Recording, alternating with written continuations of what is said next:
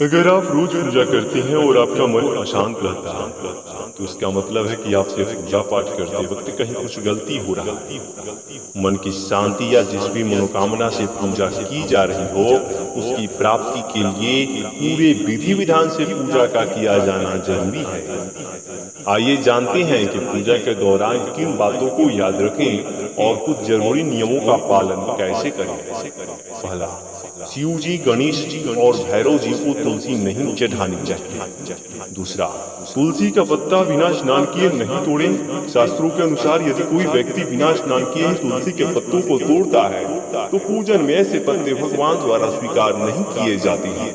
तीसरा, तुलसी के पत्तों को 11 दिनों तक बासी नहीं माना जाता है, इसलिए तुलसी जी के पत्तियों पर जल छिड़ककर 11 दिनों तक भगवान को अर्पित किया जा सकता है। चौथा, रविवार, एकादशी, द्वादशी, संक्रांति तथा संध्या काल में तुलसी के पत्ते नहीं तोड़ना चाहिए। पांचवा, सूर्य देव को शंख के जल से अर्घ्य नहीं देना चाहिए। छठा, दूर्वा जो एक प्रकार की घास है रविवार को नहीं तोड़नी चाहिए। सातवां, बुधवार और रविवार को पीपल के वृक्ष में जल अर्पित नहीं करना चाहिए। आठवां, प्लास्टिक की बोतल में या किसी अपवित्र धातु के बर्तन में गंगा जल नहीं रखना चाहिए। जैसे एल्युमिनियम और लोहे से बने बर्तन में गंगा जल को रखने से गंगा जल का महत्व कम हो जाता है। गंगा जल को तांबे के बर्तन में रखना शुभ होता है। नौवां, केतकी और चंपा का फूल शिवलिंग पर अर्पित नहीं करना चाहिए।